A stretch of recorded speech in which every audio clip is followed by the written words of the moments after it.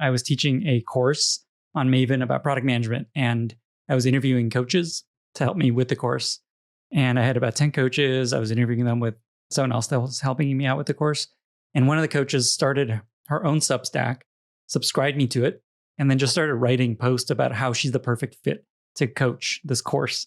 And I was like, holy shit, we need to make sure that we talk to her for sure. And we did. And it didn't work out there because she wasn't quite the fit, but I found something else to do with her. And now she's a core part of my newsletter community, helps run a lot of the programs.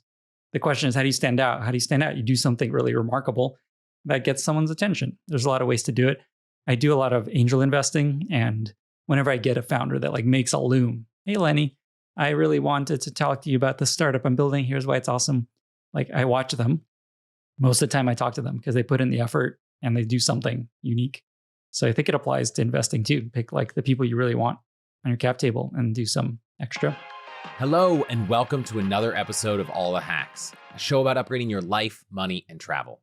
Today, we're going to talk about the best strategies and tactics for your work. That means finding a job you love, interviewing, negotiating your comp, managing up, making an impact, getting promoted, and a lot more. And to do this, I'm joined by Lenny Rachitsky, who sold his company to Airbnb in 2012 and spent 7 years working in product across the company before leaving to start his newsletter and more recently podcast. Now, Lenny is well known as one of the top minds in the world when it comes to building and growing software products. And his podcast, Lenny's Podcast, is the #1 product podcast in the world. But product building isn't why he's here today. It's because he's written so many amazing newsletters about his professional work that I've found so valuable to my own career. So whether you're looking for a job right now, trying to have more impact in your current role, or thinking about what's next, I am sure you'll love this episode. So let's jump in.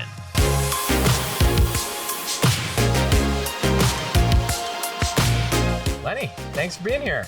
My pleasure, Chris.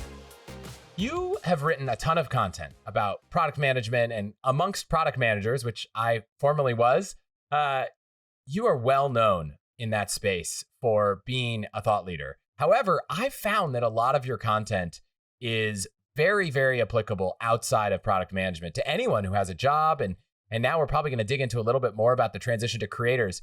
I just got to ask, are you aware of the breadth of applicability of your content? And like, do you see a transition in the future to just more than product related content and just really growing beyond that? I am aware the content is useful to a lot of people other than product managers because I get emails from people and they're like, hey, our marketing team's finding this super useful. Or the funniest example is my my mother-in-law, who is 75, I think, something like that. And she reads every post that I write and finds something in there that is applicable to her life. And that just shows me that there's all these little lessons that you can extract from things that are specifically meant for product managers and founders.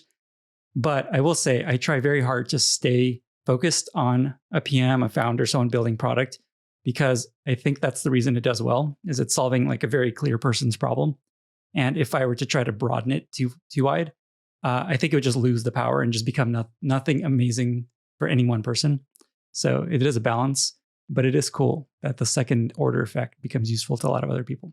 For anyone listening, Lenny has a newsletter. Lenny has a podcast. I have been a guest on his podcast that may or may not have come out before or after this comes out, and highly recommend it, even if you're not in product, just like your mother-in-law said. However, we're not going to talk that much about product today. We're going to talk about some of those other things. And in fact, I thought as I went through a lot of your posts that you have a really unique and great perspective on the process of someone going through their career, both getting a job, working at a company, starting on your own. And I've thought a lot about this too. So I thought we could just have a conversation to walk through that process. And you could share a lot of the lessons you've learned and shared and written about for anyone, whether they're trying to advance their career today, or they're looking for something new, or they're looking for something right now because, we're in an unfortunate situation where some people may have lost their jobs. And I would love to give them more tools to be successful in their search. So how's that sound? Sounds great, with the caveat that I write these posts and then the content leaves my brain and lives in the post. And part of the reason I write them is like, hey, go read this thing because I forgot all the answers. So I'll do my best to extract what I can remember. And I did a little prep, but I won't have all of the answers in my head on demand necessarily. Well, fortunately for you, I try to do a really good job of putting resources in the show notes. So if there's one that we feel like your answer is lacking in comparison to what I've seen you write, I will make sure that we link that so people can follow up. But let's start with the process of finding the right kind of job. So there are so many types of companies out there. What advice do you have for people looking for something new, both in just how to narrow down the options and actually stand out to candidates to get that first interview? So just thinking that process. And for side note, Lenny also runs a job board and a talent collective for people in the product space. So you've seen this both as a person in it and a person creating this thing. So just to recap, how do people narrow down what they want to do and find a company and then actually stand out to get in the door? Yeah, let me talk about the job board briefly because I think it's cool. It's a cool piece of context that shows kind of how much I spend thinking about people's profiles and companies and things like that. So it's called Lenny's Jobs. It runs on this platform called Palette, which is kind of like the Substack for job boards. It's kind of this white labeled job platform. And the way it works, there's kind of two parts to it. There's a regular job board where people just post job openings. And then there's a reverse job board where candidates can sign up because they're interested in new opportunities. And they can just be like, hey, I'm open to a new opportunity. I'd love to hear from interesting companies. And you can be anonymous. You could hide yourself from companies that you don't want to see that you're looking for a job. And it's doing really well. It's become maybe the number one place to find product people. I don't know where else you go look for PMs better than this place. And fun fact, I make more income from just the job board than I made at Airbnb in salary. And so it turns into a really interesting business on the side and shows the power of an audience with the newsletter and like the audience of that being funneled to the job board, creating a marketplace. It's really interesting. If you look at people that actually end up getting jobs from this, is it more from people finding the job from the employer or from the or have things changed in the environment where the employee putting themselves out there is actually leading to more jobs? Yeah. So one thing I've learned from this is job boards do not work well. They're either, and a job board meaning you post an opening on a job board. If it works for you, it's like the best ROI in the history of hiring because it's like $50, $100, $200 to post a job and you find someone for that and then you're done. But it almost never works is what I found. What actually works is the reverse, the other piece, where candidates that are awesome apply, I approve them, and I only approve about 10% of people to keep the quality bar really high. And that has led to so many companies finding PMs, heads of product, VPs of product. And so I think it's the model. I think that model is a lot more effective now before the economy changed. And so I'm leaning into that. I'm kind of moving away from the job board. And this site you said, Palette, you might not know this, but is there a directory of all the different job boards they power for something like this? If someone listening is like, I'm not a PM, but I would love to participate in this reverse job search process to put myself out there in front of companies. Are there other job boards or a directory of them to go find places to post yourself? Yeah, they actually have a cool feature. I think it's called Spotlight, where you work with them and they give you access to a ton of different job boards for specific profiles. And so I get these applications for one company looking for like a designer, and they can just only look at my designer candidates. So yeah, it's pretty cool what they're building. How, if you're building this profile, right? You're a candidate building a profile, setting aside that it's in product, but what are the things you think you've seen people do to one, stand out, but also to identify what they're interested in? Because I think there's a world of all kinds of companies you could work at. The way I think about it, there's a lot of personal things that are important to people, like where they work, where they live, and how hard they want to work and things like that. But I'd say if I think of 4 things that are really important, I think of the people at the company, the stage of the company, the mission of the company, and then just the quality of the business. So just to go through them briefly. So with people, what I look for and what I think you should look for is where the smartest people going to go work, trying to go work, or already working. And there's kind of a few reasons why that's really powerful. One is it's more likely that they'll build an awesome product, an awesome business that'll do really well. So the smartest people working in a company, more likely to succeed. 2, you'll learn a lot more from that group. If you're just working with the smartest people you can find, you're going to learn a lot more. And then 3, which is a little bit underappreciated, I think, the alumni network that you build from a company that you work at ends up being a really huge asset if you work at a company that ends up succeeding and doing well and growing. And so there's a lot of benefit to working in a place where you can build this really smart, successful, growing alumni network. As an example, a friend and I started the Airbnb alumni investing syndicate. It's called Air Angels. We invest in companies as a group. There's about 500 of us in the syndicate. And basically, we find companies to invest in. We invest using an SPV and look for ways to be helpful. And it ends up being a really awesome, fun experience. We all learn together. That's one. Find the place where the smartest people you know are going. Two, I think a lot of people underappreciate the importance of stage of company. There's such a different experience working at a startup versus a big company. And so I think it's really important to think about what's the stage that you want to focus on. I find there's like a really nice middle ground where you look for a Series B or a Series C company where it's not so early that it's likely to go out of business or it's going to be like so stressful all the time, but it's not like a Meta or Google. And so that's kind of an interesting middle ground where it's still like a lot of upside, still really fast moving, and there's a lot of opportunity, but not boring and slow and big company.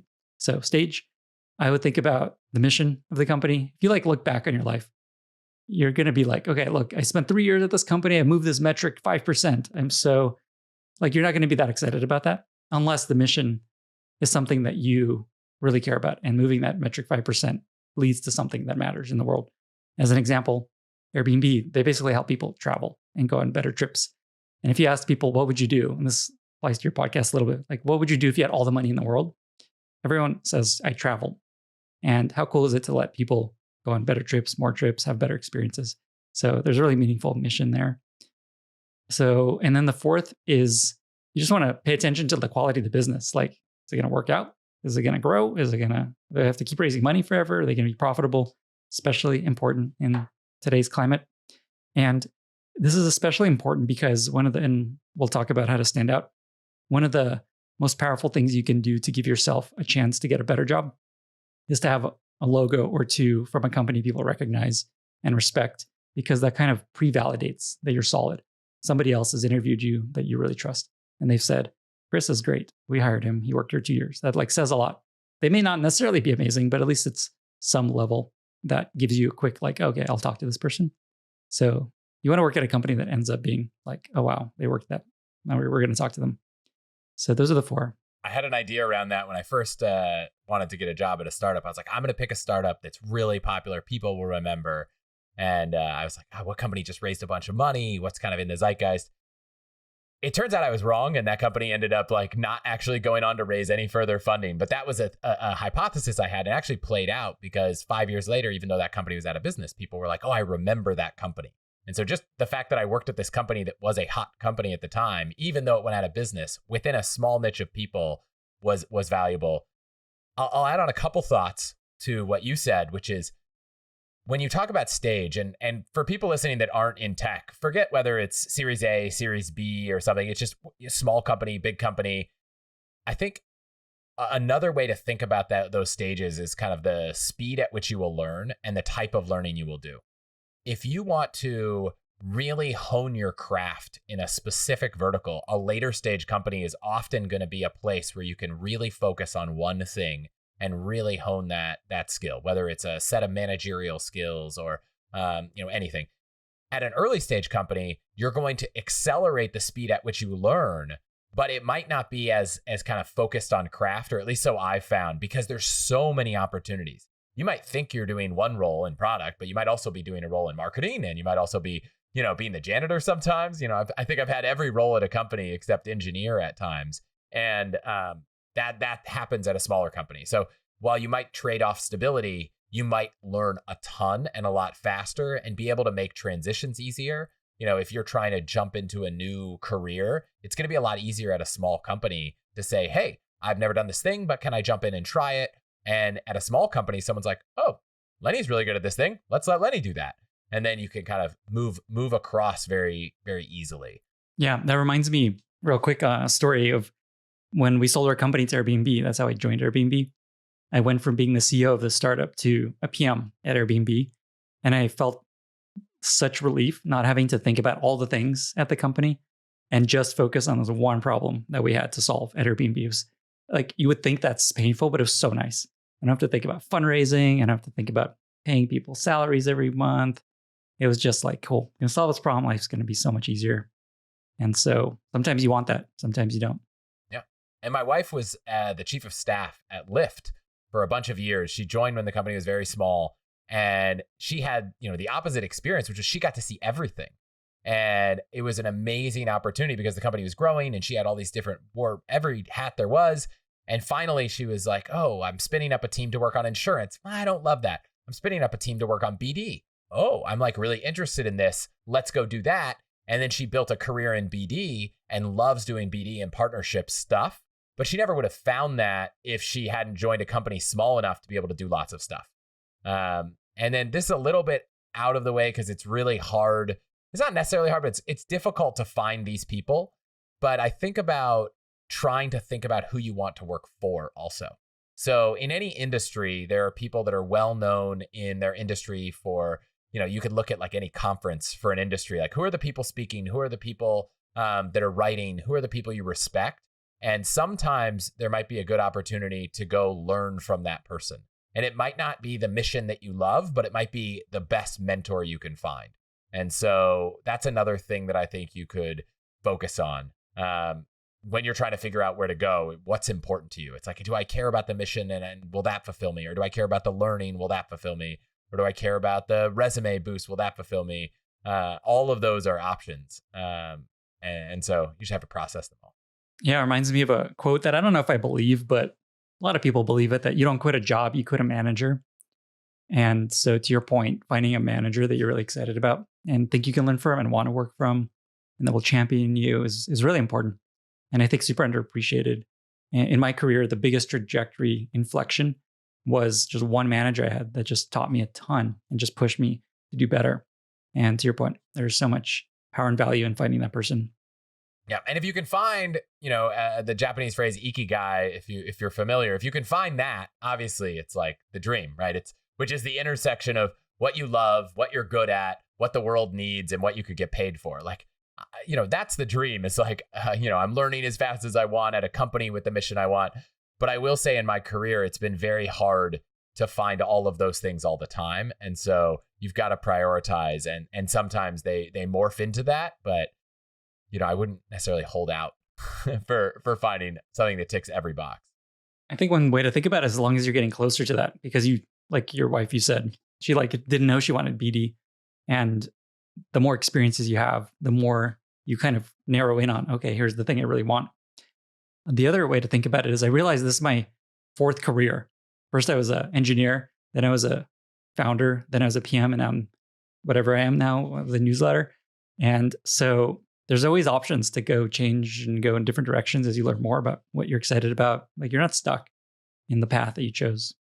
Yep. Yeah. And I don't know about you, but I went through investment banker, management consultant, founder, or employee, PM, BD. I did BD, then founder, then went to Google and was a venture capitalist. And then I was, I went through a lot of, and now I'm a creator. I never knew half of those things more than 3 months before. Like some of them, I was like, I never knew I would be VC, and then an opportunity arose. I never thought I'd be a creator, and then I started a podcast. And so I think you don't need to know the future. I love this idea of where do you want to be with your life in 10 years, and if you're in a career where that exercise is helpful, great. But I can tell you that where would my career be in 10 years, 10 years ago, would be so wildly off from where it ended up that, maybe it would have been a fun exercise, but it certainly wouldn't have been anywhere close to accurate. Yeah, I think to that point, there's so much value in a variety of experiences. Like just doing a lot of different stuff later on ends up being really valuable to whatever you end up doing later. I was just interviewing a newsletter guy who was like the number one tech newsletter on Substack. And he's like, yeah, I launched a newsletter. I got 1,000 subscribers really quickly. It just started working. But in reality, I spent 6 years writing a book on engineering and then working at these jobs, learning a bunch of stuff. So the thing you end up doing later ends up being built on the experiences you have. And a lot of people don't understand the value of just trying a bunch of different stuff and not feeling like they have to be stuck. Like, here's the thing I'm going to do for 10 years. You found a handful of jobs. My personal belief is that in today's world, you're much better off trying to narrow it down to 3 or 4 companies that you're really excited about and double down on your efforts to get in front of them. And things I've done in the past are find every person that I can that knows them. I've tried creating a presentation and sending it to them. You could create a video about how excited you are, lots of things like that. I've had this work for me, and I think it's underappreciated. But as a founder, someone emailed me and said, I am so excited about your company. Here's my ideas. And I was like, I have to interview this person. Like anyone who would take more than an hour to put something creative together about my company is someone I will want to talk to. And the bigger the company, the more it's like, well, they actually have to fit a role we're hiring for. But I've interviewed people who I was like, I don't even have a role for you, but I just want to understand who you are so I know where to slot you in later. And so, you can't scale that if you're interviewing, if you have 1,000 companies you're excited about. But if you have 3, I'm like, go all in on those 3 before you try to find 3 more, because I think that you can easily stand out by doing those things. There's an episode I did with Sunil Gupta, who wrote a book called Backable. And one time he just did customer research for the company and sent it to me. He was like, hey, I interviewed your customers. Here's what I learned. If you were in sales, you could go close a customer and be like, hey, I just convinced a customer to sign up for you. I just wanted to let you know. Like, who doesn't want to interview a person who's closing deals before they even work there? So I think if you can go through the hard exercise of figuring out what you want, those are my tactics of standing out. I'm curious at what you've seen to try to have candidates either who've applied to you or you've done yourself to kind of put yourself out there in different ways. I think that's awesome advice. It reminds me, I was teaching a course on Maven about product management, and I was interviewing coaches to help me with the course. And I had about 10 coaches. I was interviewing them with someone else that was helping me out with the course. And one of the coaches started her own Substack, subscribed me to it, and then just started writing posts about how she's the perfect fit to coach this course. And I was like, holy shit, we need to make sure that we talk to her for sure. And we did, and it didn't work out there because she wasn't quite the fit, but I found something else to do with her. And now she's a core part of my newsletter community, helps run a lot of the programs. So yeah, I love that advice. I think that's awesome advice. I think generally the question is, how do you stand out? How do you stand out? You do something really remarkable that gets someone's attention. There's a lot of ways to do it. I do a lot of angel investing, and whenever I get a founder that makes a loom, hey Lenny, I really wanted to talk to you about the startup I'm building. Here's why it's awesome. I watch them.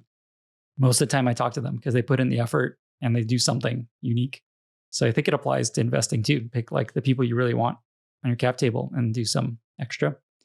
I think broadly, if you don't do anything like this, the things you need, because I'm with the job board, I probably reviewed 3,000 profiles of people that applied to join the job board or the collective. And so the things, if you think about from the perspective of a hiring manager, what are they looking when they're scanning resumes? They're looking for logos that they recognize from companies that have pre-vetted that person in some form versus a bunch of random companies they've never heard of. So you're not going to be able to do a lot about this, but this is what hiring managers look for. Companies that they respect, that have kind of done one pass at this person and they're probably solid. And then I think you mentioned this is just impact, show some kind of impact that you've driven. They're hiring you to have impact. What impact have you had in your career? And so the more you can highlight those things, the better. But if you don't have those things, your advice is great. Do something remarkable. I love the idea of a Loom resume. I wonder if you just here, send in your resume, but it's if you'd rather not look at another, imagine getting an email. If you'd rather not look at another 50th resume of the day, here's a 5-minute video of me walking through the highlights. And oh, by the way, you can put it on 2x if you want to get through it in 2.5. I bet if I got an email that was a little bit snarky, a little bit funny, but a little bit informative, that would be great. And if you don't have those logos, it might be exactly what you need to get through that. Yeah. And then you could track that they watch the video too, which is cool. You get an email. What about interviewing? Have you thought a lot about, on both sides of it, what people should be focused on versus not? I don't know if I'm going to give you anything that you haven't heard before other than just spend a lot of time preparing. A lot of interview questions or stuff you'll hear from a lot of different people. So I think that's probably 90% of it. Just spend a bunch of time preparing. If you're interviewing at a big company, my sister was interviewing. There's just videos of all the interview questions they ask you online. It's pretty crazy. There's courses you could take, how to interview at Google. And it's all the questions they ask you. And it's you can go through all of them. There's a pool basically. So there's a lot of answers out there if you put in the time. Another piece is, I guess, get good at telling your story. and why you want to do this job, what you've done in your career, highlight the things that have had impact. I think it's just like get good at pitching yourself. And then you want to ask good questions of the interviewee. It's like stuff you hear all the time. So I don't think there's anything dramatically new. But yeah, people want you to ask them questions because they want to feel like you care about the company. I've interviewed people who I'm like, why do you want to work here? And they're like, well, when I had a financial planning startup, and they're like, I just love personal finance. I'm like, that's why you want to work in the industry. That's not why you want to work here. So I would say, especially the smaller the company, but it probably works at any scale. If you don't have a really solid answer for why you want to work at this company, I think that is tough for the other person to hear, because if they ask you, and even if they don't, I'd try to slot it in. Because I think that's great. And I would also try to come up with a personal question that, I know this sounds like a lot of work, but try to come up with the best question you can ask someone. Because whenever anyone asks me a really hard question, I remember that person. That person really thought hard about this.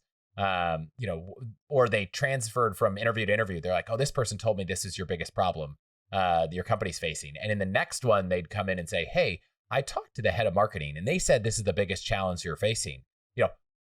From a product standpoint, what are you guys doing to help the marketing team solve this? And it's like, wow, now you get to learn a lot of stuff, but it actually shows that you're actually trying to solve problems. You're trying to get more out of it. So I just try to say, as the candidate, don't forget you can ask questions, and don't assume that the questions you ask are purely selfish. I think they can often leave people with a better impression of you and not just be information gathering. That reminds me, one of the most interesting. So I have a TikTok account for my podcast. It's called Lenny's Podcast on TikTok. And I think it's like my name is the actual handle. And the most popular content is guests talking about their favorite interview question. I ask that often at the end of my podcast episodes. And so if you're looking for more questions to practice on, if you go to Lenny's Podcast on TikTok, and sort, I think by views, you could probably see a bunch of really fun interview questions. I will link to that in the show notes so people can find it. Now, let's say you get the job, and this is something I know you've written about, and I know it was actually a guest post, but I'm hoping you have some of the takeaways because they were fantastic about salary negotiation. I think it's something that people spend far less time on than they should, and you highlighted a lot of that in the post you put out in your newsletter. This post ended up being the most popular post of my newsletter of all time, partly because it got on Hacker News and got a ton of views. And some recruiters did not like it. And so it's good and bad, but I learned a ton from it. And the reason I asked, so the author is Nia Dragova. And the reason I asked her to write this is because I'm really bad at negotiation. I don't even know if I've ever negotiated a salary. And so I wanted to learn how to do this well. And her full-time job basically is helping candidates negotiate their offers and help them find jobs. So she's done this a ton. And I'm not going to go through everything. There's 10 kind of steps that she shares. I'll share a few highlights, things that I thought were most interesting. One is she super recommends you never give a number of what you think your salary should be or the range you're thinking about. Her advice is just ask them, like, here's the question she suggests you ask. Can you tell me the salary band for this level? I'm happy to let you know if it's within my range. And we can discuss the specific number later once I've met the team. That's her advice. And that range ends up being really useful later when you start to negotiate. That's tip 1. Tip 2 is to mine for intel from your hiring manager and the recruiter into what they're looking for from this role. Like, what's the number one priority of the team right now? Why is this role open? What's the biggest challenge for someone getting into this role? And the reason this is important is then you could mirror that back when you're pitching yourself. Once you've got an offer and you want to counter, you can highlight, hey, here's what I'm going to help you with. Here's what I'm going to do in this role. Here's the challenges I'm going to tackle immediately. And people are going to be like, holy moly, this is exactly what we need. How did you know? So the tip there is just ask these questions so that you have notes when you're actually pitching yourself later. And then the third tip that I love is once you get an offer, her advice is don't counter it immediately and don't come back with, no, I think this is a better, more fair number. Instead, you want to win the hearts and minds of the decision makers. You want them to feel like, oh my God, we need Chris in this company. We got to pay him whatever he wants. And the way you do that in her advice is after you get the offer, try to get a meeting with a decision maker, like a director or VP or something. Just like, hey, I just want to chat about this role. And then in the discussion, ask questions about how they would want you to create meaningful impact. Share some ideas maybe you've had about what you're going to do there. And then maybe share obstacles that you have in accepting the offer and taking on the role. And generally just try to get them excited about you joining the company. And with that, then you can come back with like, okay, here, I've talked to everyone. I understand the role better. Here's where I think the offer should be. And in theory, if you got them really excited to be like, oh yeah, yes, let's do whatever we need to do. I love that third tip because it's almost like, come up with a plan. You could even talk to the person that would be your manager and be like, hey, I know we're talking about salary negotiation already, but I just want to figure out like, what's the 90-day plan? What can I hit the ground running on? And you get them to like buy into this is what this person's going to do. And they're like, gosh, we've already decided their first project. Like, can we get going? Right. Like get them in now. Let's get going. What are we doing? Negotiating. Yeah. My other piece of advice to people is salary is a component of your compensation, but there's often a lot of flexibility in other places. So it's not the only place to focus on. Some companies, things like vacation days are flexible. Some, they're just based on tenure or everyone gets the same. Some educational reimbursement is one that you can focus on. Others, I've found companies that say, we're not really willing to flex on the salary. But I've heard from, after I've worked there that they are willing to flex on a signing bonus. They are willing to flex on various other aspects of compensation, like what your estimated bonus is. I helped a friend negotiate. He said, sometimes it's like, oh, well, now I know the band for the level, but why could I be at the next level? Like, I'm not trying to tell you how much to pay me. I'm trying to tell you that I'm at the next level. And they said, well, we're not confident you're at that level. And he said, great. How about we have a check-in in 6 months and you tell me what I need to demonstrate. I will demonstrate that. And if I will, would you retroactively update my compensation as if I came in at that level? If you're not willing to believe I'm there now, let me prove it to you. And he set out a series of things that they needed to demonstrate.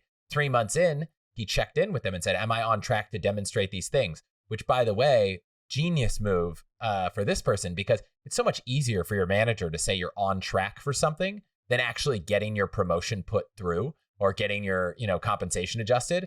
But then when you check in 6 months later and you say, 3 months ago, you said I was on track. Like, we haven't had any conversation to the contrary. So like, if I'm not getting this, then why were you telling me that? So you're kind of similar to how you said getting the buy-in before you negotiate. You're getting the buy-in that you're already going to get approved for this change. So I just think there's a lot of wiggle room about things other than your salary. And so if a company's not willing to flex there, go down all the other paths. Still so hard to do. It's a negotiation thing. I worked with Andy Ratcliffe for a while. He was the CEO of Wealthfront. His advice was to always just put the decision in someone else's hand and say, what do you think is fair? And he said 90% of the time they do what's fair and 10% of the time they don't. And you know that they're trying to kind of screw you over and maybe that's just not the right fit. I'm trying to think, I always like sharing negotiation advice, even if it's not relevant to salary. But you could basically say, here's all the data I've collected about what this role should be compensated. I'd like to be compensated fairly with this data. Here's the data. Let me know what you think. And like force it on them to make a fair decision. I feel like, that's maybe, depending on the circumstance, a good last tactic or a starting point. But I like and have used many times the tactic of letting someone else decide what's fair and not have to throw out the number first. I like it. Okay, so we've gotten hired. We're now at a company. And I want to focus on something that applies to everyone actually working at the company they're at. There is a lot we could cover here. I don't want to go through every possible thing, but there are a few things that I think you might have, outsized impact on the conversation about. And the first one is actually about having impact in an organization, and hopefully a little bit about how to get promoted on the way. But I know you kind of believe those two things are both similar and very different. So what do you think people should be optimizing for when they're working at any company? If I had to pick one thing, I would say have impact on the company and their bottom line. I think if you think about it, like why the hell are they paying you a salary? It's to have impact on their business, to help them grow faster. And so if there's any one thing that you can just always come back to, if you deliver more impact, you will do better. I think that's like 90% of your success at a company. Then there's like people need to know about your impact. You need to be working on things that matter. Like you could have an impact on like a leaf at the end of the tree of the business, or you could have impact on the core number one goal, and that's a big difference. But I'd say if you had to pick anything, it's just how can I deliver more impact? And it's especially important for PMs who are basically marshaling the resources of their team. And the more you focus on how can our team have more impact, the better everyone on the team does. Let's pretend you just started a new company and you're like, how do you find the way you can have that impact? Well, there's one way I think about it. I kind of think about Lord of the Rings and the Eye of Sauron. If you think about like what's the most important project to the CEO right now, I think about that as the Eye of Sauron. He's looking at that, or she's looking at that, and that's going to be like so stressful and difficult. They're like right on you, on your butt. And then the alternative is you could be working in the Shire where nobody cares what's going on. Like you could have the most amazing product and everyone's like, that's nice, good job. I would say generally you want to optimize like on average to be like not in the Eye of Sauron, but right off to the side. Work on something that's really important, but not like the most important thing to the company, at least for a long time, because you just get burnt out being in that thing that's like the number one most important product. So that's just like a general piece of advice. Work on something really important, but maybe not the most important thing. Just a tip there. Impact's the most important thing. I've seen you write about how to get promoted effectively, and that impact matters. So any comments on that? If you're like, why am I not getting promoted? It usually means that you're not delivering enough impact, or people don't have confidence that you will deliver the impact that you need to at a higher level. So if you think about working backwards from a hiring manager or the company, thinking about, should we promote Chris? Basically, you need to give them confidence that you can handle more scope, more responsibility, more impact. So how do you show that? One, deliver more impact. Find ways to hit more ambitious goals. Maybe lead a really important project. Work on something closer to the Eye of Sauron, something higher visibility and more important. Maybe help the company save money or run more efficiently. Just like find ways where you can show that you've done things that are really important to the company. That's one. Two is part of the idea of a promotion is people are going to give you more scope, more responsibility. And again, they have to have confidence that you can handle it. How do you do that? You take on more scope, more responsibility before you are promoted to show people, look at me, I can handle this. So you want to find ways to take on work maybe your manager's doing and knock it out. Take on a project that someone else is doing while they're out and do it for them. Pick a really ambitious project that's just going to take a year or two. That's going to be really important to the company. Take the reins on like a visioning exercise and just like, look at me, I did this thing. This is awesome. So, and I think what's important here is a lot of people only get promoted after they've shown they can handle this additional scope. And so you got to look for things. You got to find opportunities to take on more scope.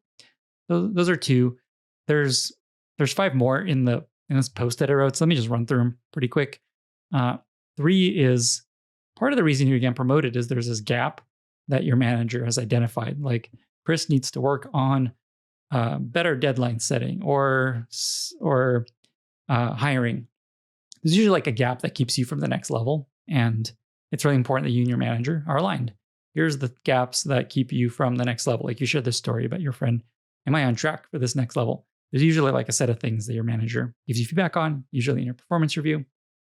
A tip that I would suggest that I found really powerful, either as a manager or as a report, is when you have a performance review, align with your manager on like a spreadsheet of things that you plan to do in the next, say, 6 months until the next performance review. Create basically a roadmap. Like I'm going to work on becoming a better public speaker. I am going to hit deadlines 90% of the time. I'm going to update our Jira to be up to date by the end of Fridays. Just make a list of the things that are the biggest things you can actually do that'll bring you to the next level. And then meet with your manager / report every month and review the status of each of those things. And becomes this little roadmap where you're aligned on here's the things, say, Chris is working on and how they're going. So that by the time you get to the performance review, you're unsurprised. Like, here, we did 5 of these things. We didn't get to these things. So that's where you're at. So demonstrate you've addressed a gap. 4, find someone that can champion you. That's often really powerful at a company. Get someone really excited about you and can champion you inside these calibration sessions. That's really powerful. 5 is you want to pay attention to what gets promoted at the company. A lot of companies have these like gray area things that matter a lot that you may not be aware of. So just look at people who are getting promoted and just understand, look for things that they're doing maybe that you're not doing. Maybe you have to be friends with the CEO. I don't know. Maybe you have to be really good at communication. That really matters at the company. And then 2 more. Something that's way underappreciated is you just need to ask to get promoted sometimes. Sometimes managers don't know you want to be promoted. So simplest thing you could do is just like, hey, I would love to be promoted to the next level. What do I need to do to get there? What are my gaps? And that often leads to the biggest impact on getting promoted. And then the last idea and tip is just sometimes you need to leave and work somewhere else. Sometimes you're just like stuck in a rut and you just have certain reputation. Your manager is just not good at championing you. So sometimes you're not going to get promoted and it's time to try some other place where you kind of start with a clean slate. I remember it was so depressing, but when I was a venture capitalist, the role of non-general partner, we were told it was like, this is a terminal position. Like they were just very transparent. They're like, the expectation for this job is not that you will get promoted to be a general partner of the fund. That is just how it works. And we just want you to know that so you don't have those expectations. And it was like very clearly set. I think it was a little depressing at times because the word terminal position just sounds like, going nowhere. But I appreciate the honesty. I appreciate the transparency. The one thing that I learned, and you reminded me in what you said, was a lot of times in order to get promoted, you don't need to meet the expectations of your role. You need to demonstrate that you can handle the next role. And I think I'd always thought, as someone who hasn't studied this or been a prolific manager at any point in time, I always thought, when someone can do their job really well, you move to the next level. But it's actually in a lot of companies, it's when someone can demonstrate that they can do the job that they want to get promoted to is when that happens. And so it's really important to understand, what do I need to, if I'm a level 5 manager and I want to be a level 6 director, it's like, what do I need to demonstrate to be a director? Not what do I need to do as a manager, because sometimes you need to do the next level's job to get the promotion. Yeah, and that's how it works in calibration. When you're looking at someone's level, there's like a lot of big companies have these ladders and they tell you what each level needs to achieve. And so if someone's going to be promoted to say L7, there's like, here's what L7 has to be good at each of these things. And that's what managers look at. Is Chris ready for all these things in L7? Makes sense. Like your job is going to now be that. You want to be confident that they can handle that. And if that ladder is not public, ask for it. There are some companies that might not publish it on any internal doc, but you could say, hey, to my boss, could you please show me the career ladder for my role, or the requirements of the next level of my role? And hopefully you can get that and understand it so you can work towards it. Yeah, I've actually collected the career ladders at 20 something companies. And I have this doc that we'll link to in the show notes that has all their level names and then the attributes that for product managers specifically, that they look for to promote people. We'll link to that in the show notes. One of the things I tell people is they think that to be promoted, that strategy is to always kind of do whatever your boss wants and never push back. And, I am someone who probably has never adhered to that, maybe to my own demise, and kind of pushed back too much. What do you think is the right balance of, saying no, and what's the value of saying no as opposed to kind of always being willing to do what other people want? As a PM and just as a leader in general, like you're the person that needs to say no because you're kind of responsible. And I'm thinking from a PM perspective, product manager perspective, you're kind of responsible for what a whole team of people does. And so part of your, you could almost say your job is to say no so that you can say yes to the stuff that is really important. So it's really important to say no, to push back. It's still very hard, especially if your manager's like, hey, we need to do these things. So I wrote this post with, I think, 5 ways you can say no, and many of them are you say yes to say no. So I'll share some of these quotes that you can steal, and they're also in this post. So the first 2 is someone asks you to do something. You could say, yes, but here's what's going to have to change. If we do that, should we move forward? And oftentimes they're like, yes, let's go ahead. Or otherwise they're like, no, shoot, I don't want to deprioritize that. Forget that. So that's one trick. 2 is you could say yes, but not right now because we got to stay focused on X because of X, Y, Z. Do you agree with that? Or do you think we should deprioritize that? So that often works really well because it basically communicates. Again, here's like a very clear trade-off and why it's important.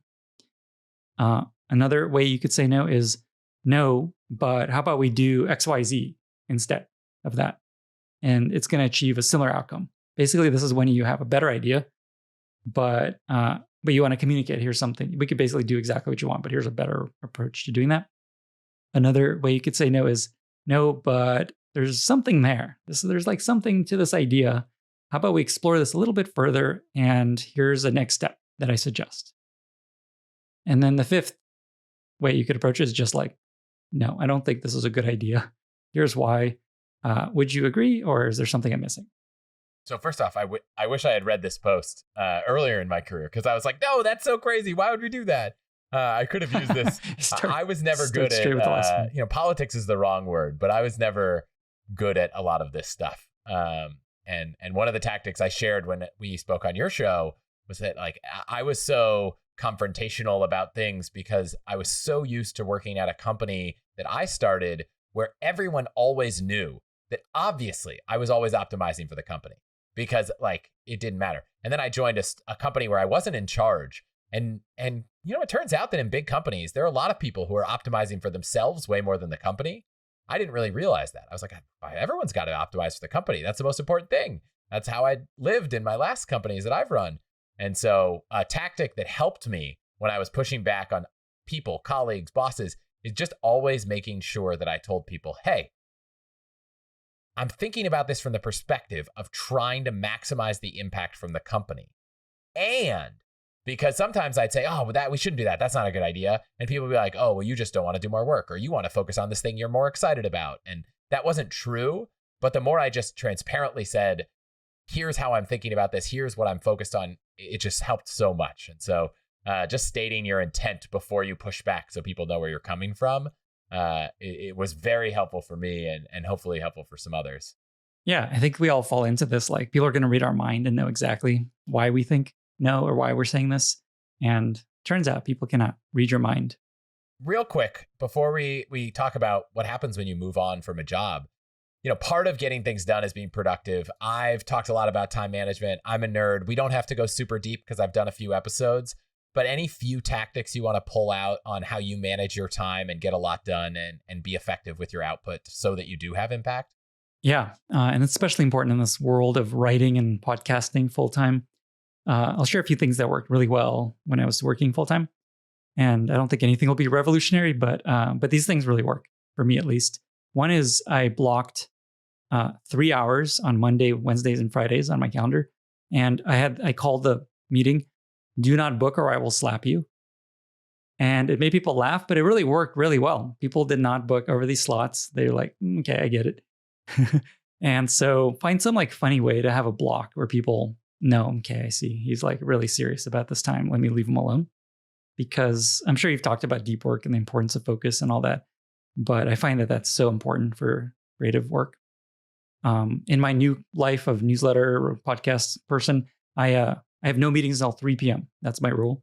And only at 3 I have meetings and things like this. So that helps a ton. 2 is just what's like an app or something that keeps you focused when you're working. I use this app called Centered.app. That's kind of like Brain FM, which is this like binaural beat music, meets a to-do list, meets like a playlist. So once you're ready to work, you click play and music starts and it's like, Lenny, start with your newsletter post. And then you can knock them off as you're working through them. And it works really well for me. Something I'm trying right now that works well is picking one highlight of the day, one top goal for the day. There's this book I'm reading right now called Make Time. Oh, yeah. I think it's called Make John Time. Zeratsky and Jake Knapp. Yeah, Sprint guys. And that's one of their key things. Just like pick a highlight. What's going to be like a highlight of your day that you look back on? That I did this thing, you'll feel good no matter what else happened. So I'm trying to do that. And that's been working really well. Another tip is to have a waiting for list. It's very like getting things done, David Allen style, where I have all these open threads of people doing stuff. And I keep a list of who am I waiting for on these things so that the to-do, even though it's on someone else's plate, I don't lose track of. And the way I do it is in my to-do list, I just have W4 Chris, and then it's like record podcast or whatever. So that ends up being really helpful. The other interesting thing I find is procrastination, like has a bad rap. I find that sometimes I procrastinate on a hard thing, but I get a lot of other smaller things done. So I like work through this list of stuff that isn't important, but I get them done. And there's value to just procrastinating off the thing that's like really hard because you still get other stuff done. So I try to channel my procrastination and get stuff done that I need to get done anyway. I think about there's deep work, and I don't know if you could say flow state and deep work are the same thing, but I think that sometimes it just takes a little bit of momentum to get into that flow state.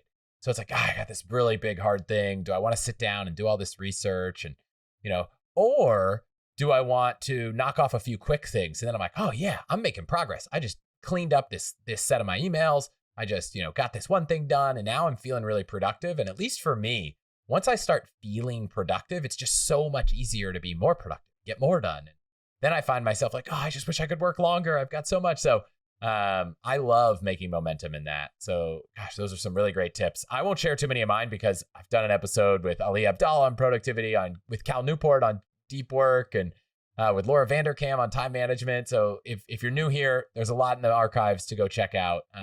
So go check those out.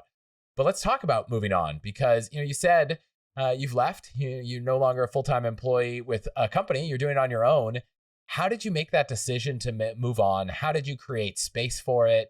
And did you ever think about ways to test out going out on your own before that? That's a lot. So maybe start with how did you even kind of decide maybe I should move on? I'm ready for a big change. If you look at my resume, I'm like a serial monogamist of career. I worked at my first company for 9 years. Then at a startup, that was the short stint, a year and a half, and then worked at Airbnb for 7 years. And I never thought I'd stay there that long. They bought our startup and I'm like, I'm going to be out of here in 3 years when I'm going to start another company. And then 7 years later, here I am. And along the way, I thought about leaving, but it never felt like it was time. It was always interesting. There's always reasons to keep working there and try new stuff. And the way that it happened that I left is I took a sabbatical. They gave me a sabbatical. So I took 3 months off right around when I was reaching 7 years. And about halfway through, I remember just opening my email for the first time. So a month and a half in, the work email, just to see what was going on. And I just had this like heart sinking feeling where I'm like, I don't care about this at all anymore. What the heck what is going on here? I don't want to think about any of this ever again. And so that was kind of an important moment where I was like, wow, maybe I'm not excited about this work anymore. I still came back to Airbnb after that and kind of wanted to feel out. Am I ready for some new? Like, is there like a new team maybe I could work on, a new project that would get me excited? But basically the way it felt is I got there and I immediately felt like my heart was done with that work, but my brain wasn't ready to move on. It was like, maybe there's something more interesting. Maybe there's a new manager. Maybe there's something else I could work on. So I took a month basically to think about and talk to people about other roles, other teams, other opportunities. But I'd say at the end of the month, it was like, nope, nothing that gets me very excited. It's time to do something new. And we'll say it's rare. It's like very fortunate to be able to have that feeling of like, I can leave and things I'm not going to go bankrupt and live on the street. So it's a really, I'm grateful that I have the opportunity to even have thought that, but I did. And so what I decided to do is I'm going to leave Airbnb and I'm going to give myself 6 months to think about what I want to do next. And something that really helped there, and here's a tip if you ever think about something like this, is to figure out a personal runway of like how much it's going to cost you to take 6 months off and just budget that. Like it's going to be $30,000 to take 6 months off to pay all the things I'm paying.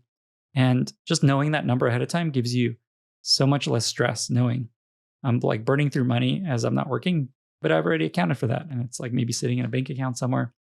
And that gives you more freedom to just explore and not have to worry about, oh my God, I need to find something as soon as possible. And I'll just highlight the importance of actually putting it in an account. It's one thing to be like, well, I know I have enough savings to take time off. And this is something that I'm actively thinking about now that I'm creating this business on my own, just like you did. It's like actually putting it somewhere. It takes it one step further. I think it has even more, because a lot of it's emotional. It's not always rational. It's like, gosh, I don't have a salary coming in. I almost went as far as to take the salary, put it in a bank account, and automate the transfers. So it like simulated as if I was getting my paycheck, so that I felt like it was not as scary to not have that stability. The other thing that I found really powerful during this time, in addition to the personal runway, is there's so little structure when you aren't working. Like I worked for, I think 19 years since like, I 18 years old, and I never take a break. And it's so weird to not have structure in your life. That's like, there's deadlines. There's no deadlines. There's no like, I need to achieve this thing by then. Like you could work all day. You could not work at all. Nobody's going to say anything. And it's hard to work without that. Like it feels like it shouldn't be, but it really is. So I created structure for myself. And the way I did that is I created these little sprints where every 2 weeks I wrote down, here's the 3 goals I have for the next 2 weeks that are work goals and 3 personal goals. And I emailed that to 3 friends that became kind of this like personal board of directors kind of group. And I had no expectation they'd reply. I didn't need them to reply. I just found that just emailing them, here's what I'm trying to accomplish, and then circling back in 2 weeks and sharing, here's how I did, created so much accountability and gave me some focus for these 2 weeks. And I ended up doing that for a year straight. Every 2 weeks, I did a little check-in in one weekend just to like, here's how it's going so far per sprint. And that was so powerful and important to where I ended up just creating a little bit of structure. And that email list ended up being like 30 people eventually, just because it became a cool way to update my friends on what I was up to. And just like, hey, you want to join this list I'm doing? And so that's a tip if you don't have enough structure around your free time. I think one thing interesting that I've thought a lot about recently is, as a creator, which, you left and you started, I think the first thing out of Airbnb was a newsletter. I think a lot of people are kind of scared. I don't know what my thing is, but I love the idea of experimenting with creation. And I think depending on the company you work at, you might be able to kind of experiment before you leave. I would encourage everyone to, get it cleared to make sure that, your company isn't going to own whatever you're working on. Clear that. Don't do it on your work computer, do it on your personal computer and all those good things.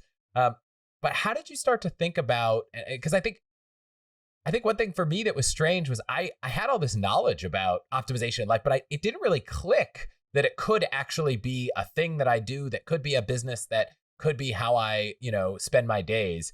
Do you have any advice for someone who hasn't quite figured that out and they're like, I would love to do that, but I don't know what my thing is, or I don't know how I could test if it really is a thing?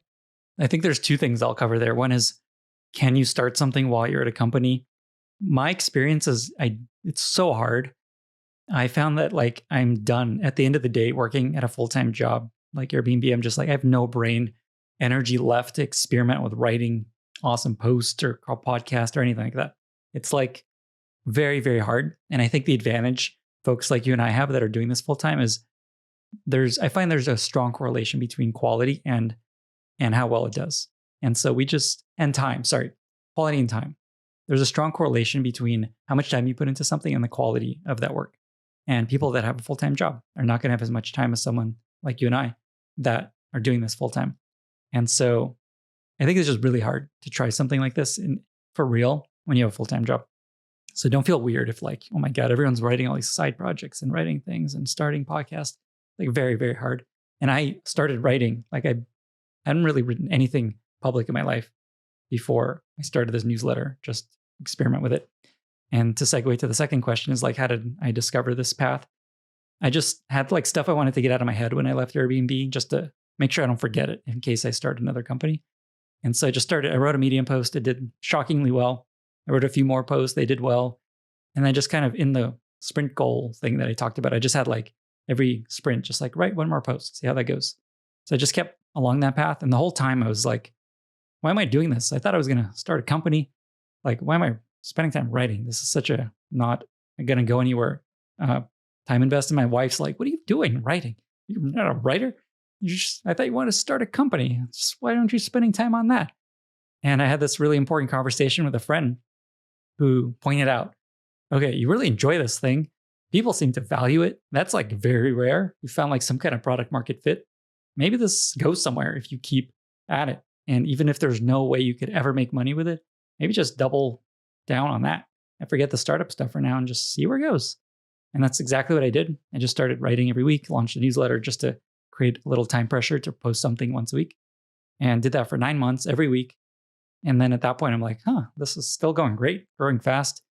Maybe I could charge for this. I launched the paid plan. That went well. And I just kept following that path. And so it was very one step at a time without any master plan. And you say it just kind of grew. How big's the newsletter now? It's about to hit 300,000 subscribers. Yeah. So it's a massive newsletter. And massive number one business newsletter on Substack. Wow. And growing fast.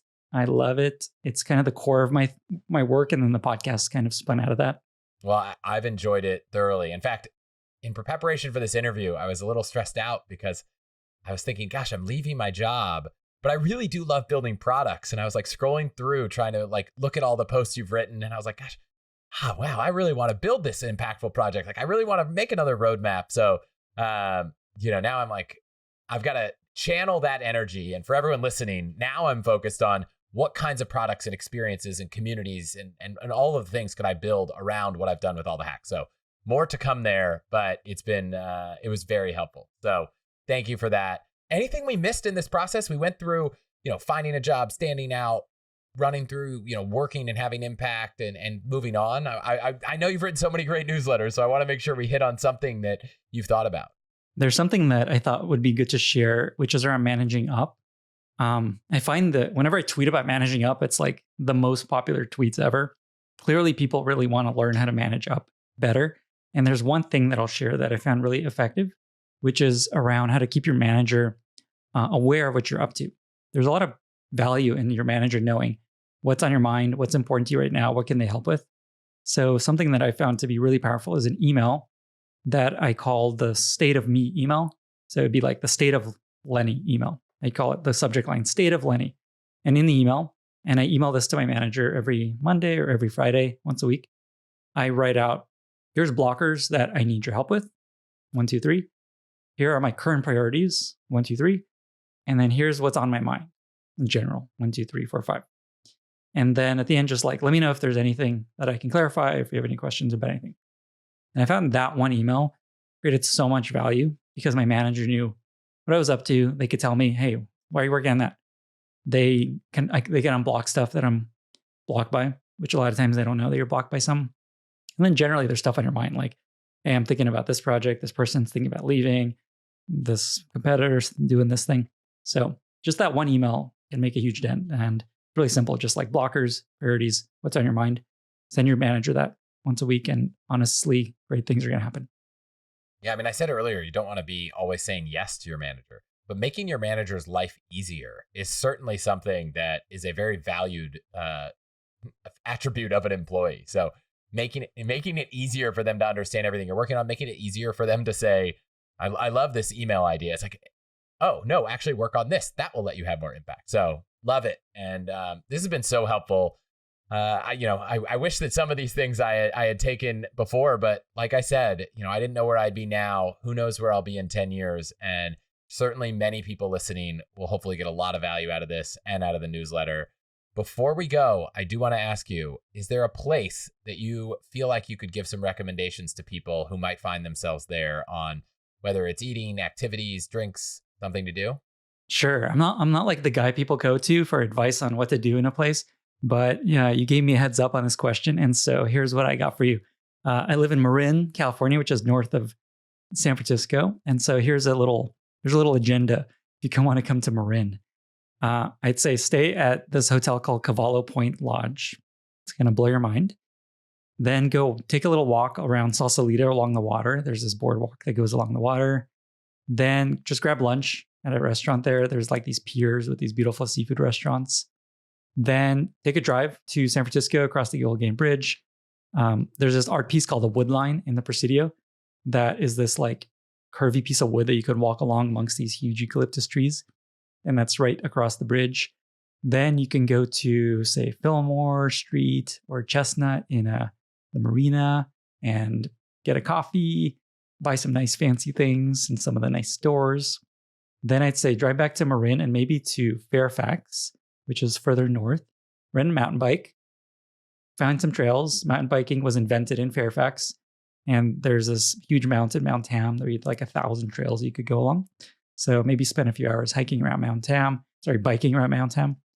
Then have dinner in Fairfax or there's another cute little town, San Anselmo, and then head home to your cute little hotel in Sausalito. If you're in Sausalito, I'll throw out a recommendation for a place called Fish, which is just like a seafood restaurant on the water. Sweet. There's your lunch spot. It meets the requirement of being Bay Area expensive, but also delicious. So I love that. And I don't know if you've been to the Mill Valley Lumber Yard. Oh, yeah. The cutest little complex. Someone was like, can we meet at this bakery in Mill Valley? And I showed up and I was like, this is literally like this quintessential cute little shops and a little flower store and a bakery and a little creperie. And so if you need a place to just relax for an hour and a half or two, highly recommend that as a stop in Mill Valley. I have not spent much time in Marin, but that place was just an awesome spot. Yeah, it's like very unknown, but so cute. And the bakery is called Flowercraft, and it's gluten-free, all gluten-free. My wife's got celiac, and so it's her favorite place. Well, before we wrap, where can people go find all of these great newsletters, all the conversations you're having with people, myself included, which depending on whether this comes out at the same time, we had a great conversation over there. The hub of all things I do is lennysnewsletter.com. That's where my newsletter is, my podcast. It's designed for anyone that's building product, growing product, mostly product managers, founders, designers, engineers, anyone basically working on software. lennysnewsletter.com. You could also check out lennyspodcast.com. The newer thing, but doing super well. And I'm really proud of it. So check that out. And I'm at Lenny San on Twitter. What's the story behind the San? One of my friends, when I was in high school, just called me Lenny San for some unknown reason. And I stuck with it. I didn't know I was going to be stuck with that username for the rest of my life. But here we are. Awesome. All right. Thank you so much for being here. My pleasure, Chris. Thanks for having me.